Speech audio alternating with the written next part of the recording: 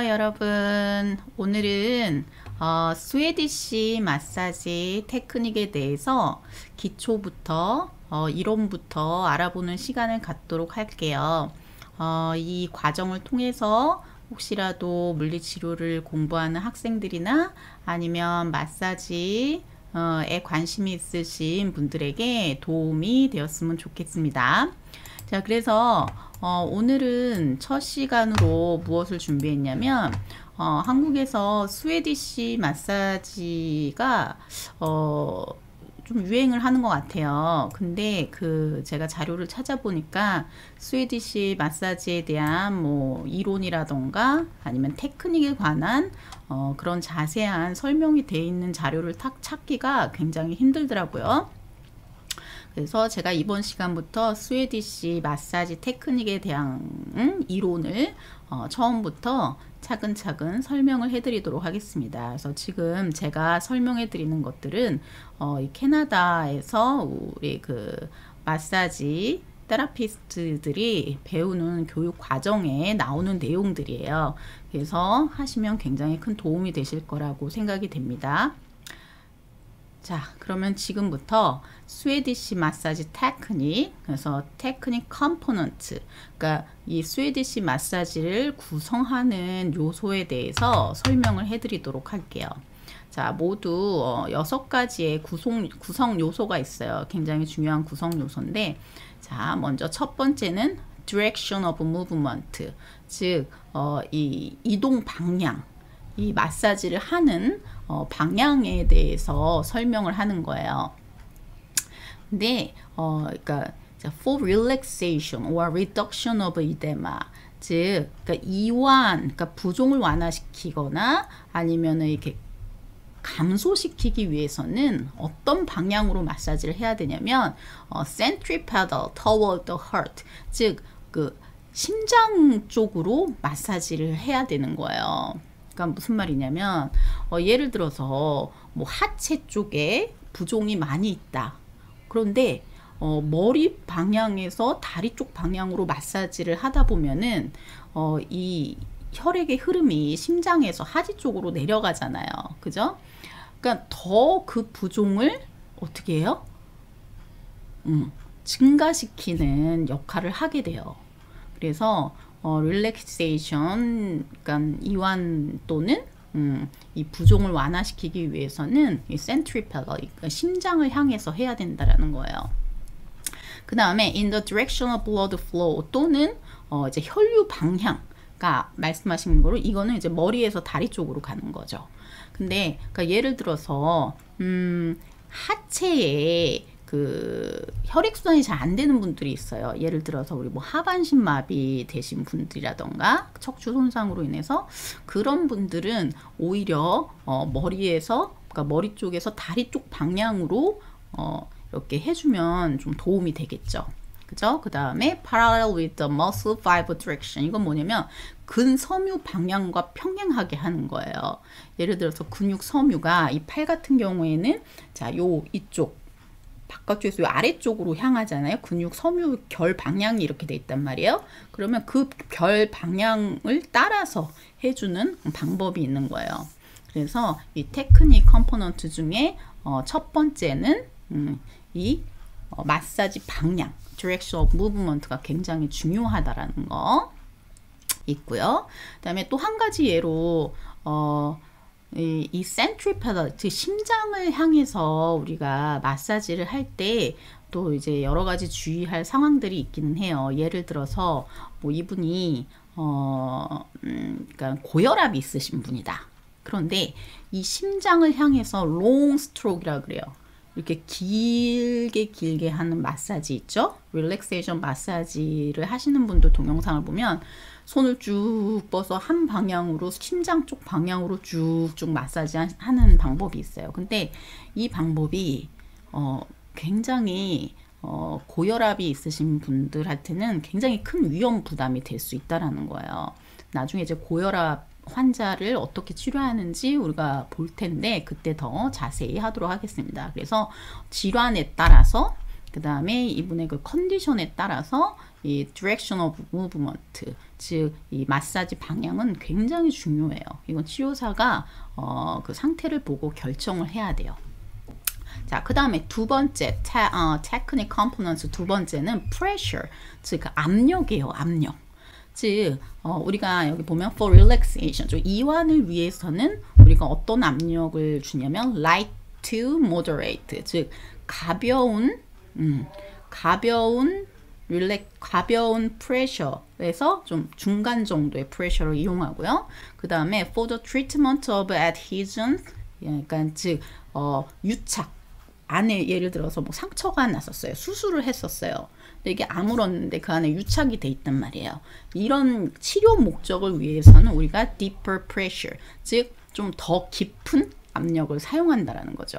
그래서 이 pressure도 어떤 치료 목적이냐 아니면 단순한 이완 목적이냐에 따라서 그 강도가 틀려진다라는 거예요. 이 테크닉이.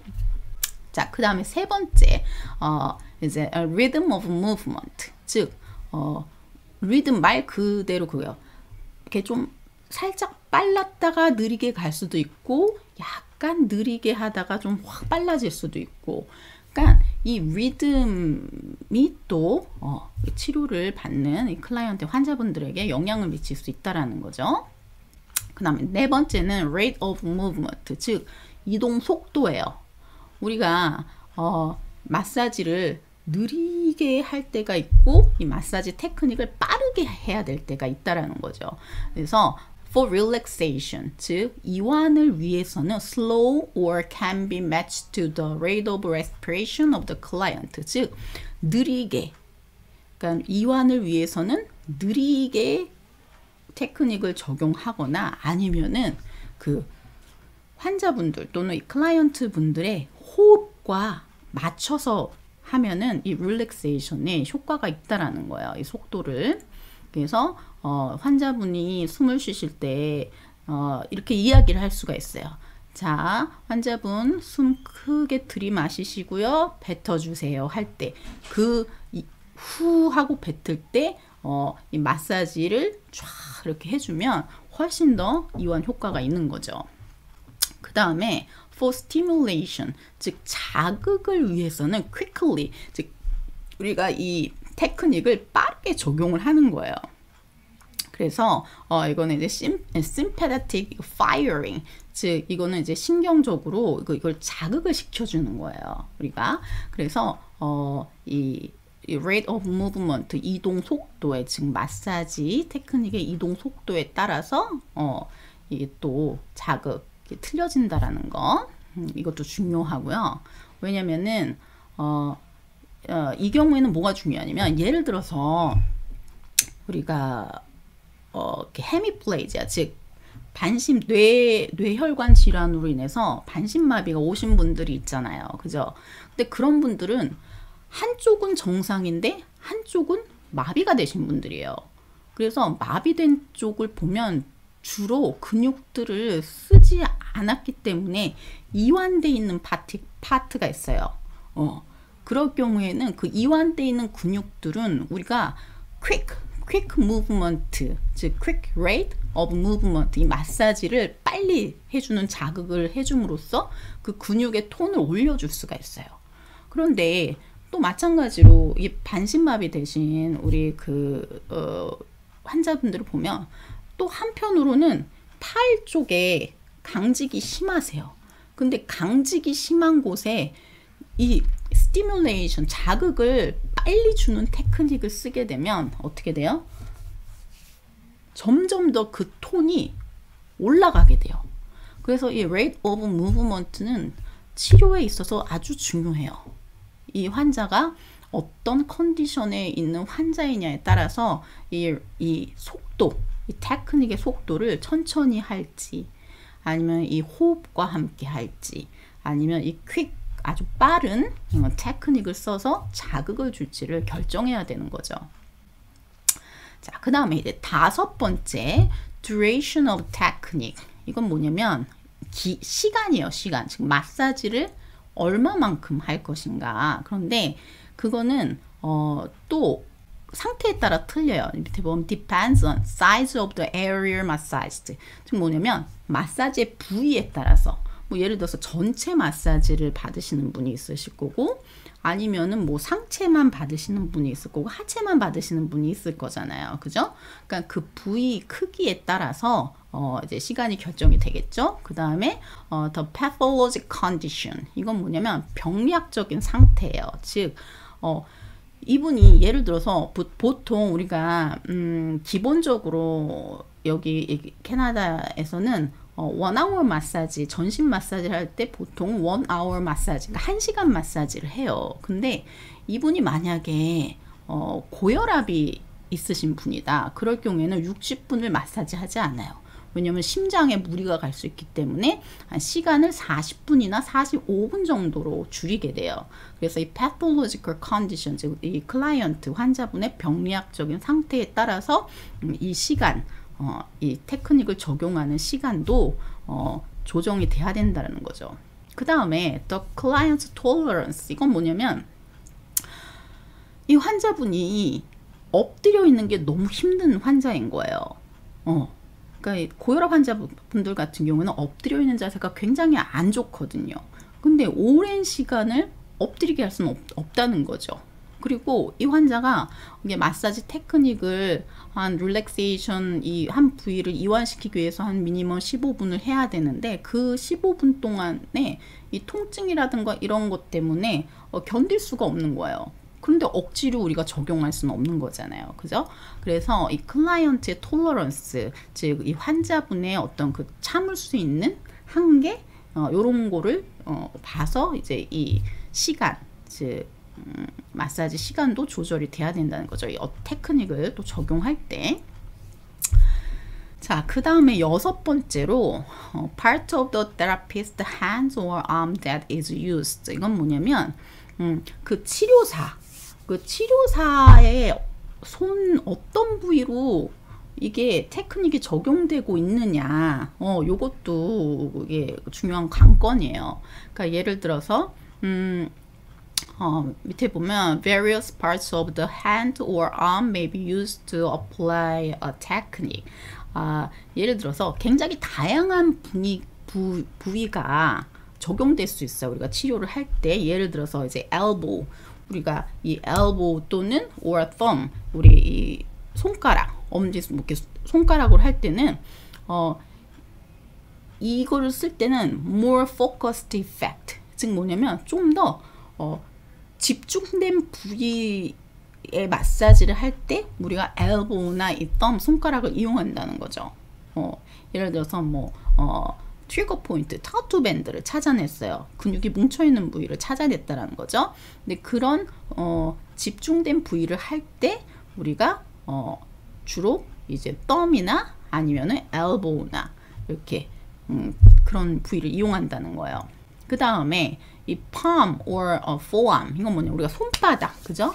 손바닥 전체나 forearm, 여기가 우리가 울나보더라고도 하는데, 우리가 이제 general pressure, 그러니까 지금 넓은 부위로 이제 일반적인 압력을 가할 때는 우리가 이제 손바닥이나, 그죠?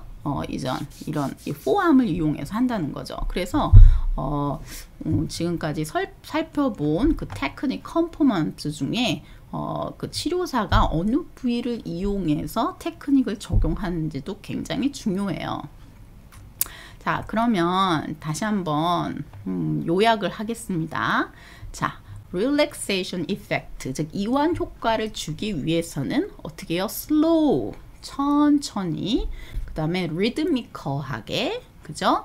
그 다음에 repetitive manner, 이건 뭐냐면 반복적으로 천천히, 예를 들어서 똑같은 방향으로 반복적으로, 그죠? 그 테크닉을 적용하는 거예요. 그 다음에 superficial technique using light pressure, 즉 이건 뭐냐면 그 약한 압력으로, 그죠? 약한 압력으로 이 superficial, 즉 바깥쪽 근육에 적용을 한다는 거예요. 그 테크닉을.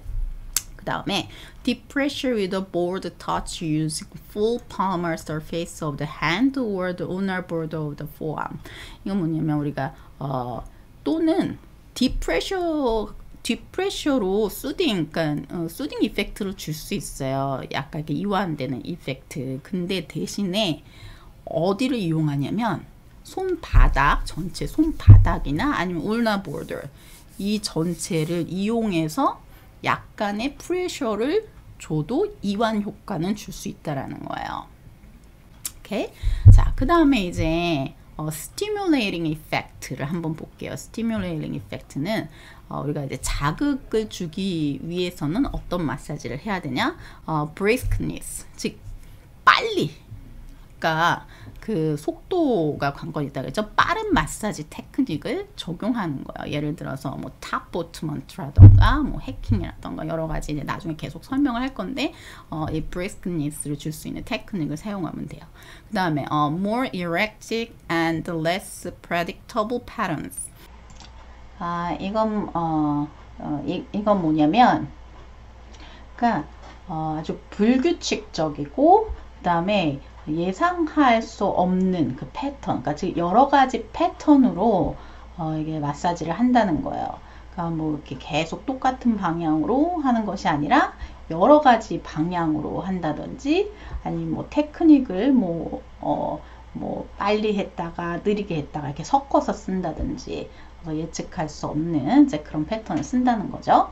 자, 이제 그 다음에 deep pressure with smaller surface using thumbs, fingertips or Oclenon. 자, 이건 뭐냐면, 자, deep pressure를 주는데 어디를 사용하냐면 그 작은 면적을 사용하는 거예요. 즉 우리 이제 이 엄지 손가락을 이용해서 훅 판다던가 아니면 fingertip.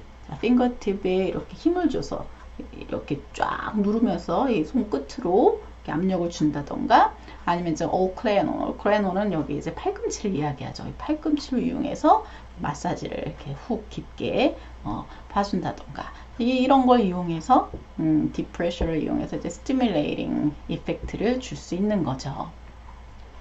그래서 지금까지 이제 그 마사지 컴포넌트, 스웨디시 마사지를 테크닉을 적용할 수 있는 구성 요소 6가지에 대해서 저희가 알아봤어요. 그래서 direction of movement, pressure, rate of movement, duration of technique, 그다음에 part of the therapist's hands or arm that is used. 6가지에 대해서 알아보았습니다. 자, 그래서 우리 이제 마사지를 하시는 분들도 그렇고, 마사지를 받으시는 분들도 그렇고, 본인의 상태를 잘 설명할 필요가 있어요. 치료사들에게. 예를 들어서 나는 고혈압이 있어요. 뭐 140, 90 정도예요. 이렇게 먼저 이야기를 해주면은 치료사들이 그 환자의 상태를 이야기를 듣고 지금 우리가 공부한 것처럼 치료사들이 생각을 하는 거죠. 이제 방향은 이렇게 해야 되겠고 압력, 프레셔는 이 정도를 줘야 되겠구나. 그리고 속도는 이렇게 해야 되겠고 그 다음에 그 시간은 고혈압 환자니까 뭐 한 45분으로 줄여야겠다. 그 다음에 테크닉을 사용할 때 손에 어떤 부위를 써야겠다. 이런 이제 계획을 세울 수 있게 되는 거예요. 그래서 우리 환자분들도 이 내용을 알고 있으면 본인이 마사지를 받을 때 안전하게 그리고 또 이제 더 만족할 수 있는 마사지를 받을 수 있을 것이고 그 다음에 이제 치료사분들도 더 정확한 진단 하에 또 이제 환자분들의 상태에 따라 알맞은 테크닉과 그 다음에 시간과 그 다음에 이제 여러 가지 것들을 적용해서 환자분들이 만족할 수 있는 그 마사지 치료를 해드릴 수 있을 거라고 믿어요. 그래서 이제 다음 시간에는 이제 좀 더 테크닉에 대해서 스웨디시 테크닉에는 그러면 어떠한 것들이 있는가를 한번 알아보는 시간을 갖도록 하겠습니다. 좋은 시간 되시고요. 만약에 도움이 되셨다면 구독과 좋아요 눌러주시면 영상 제작하는 데 큰 도움이 됩니다. 감사합니다.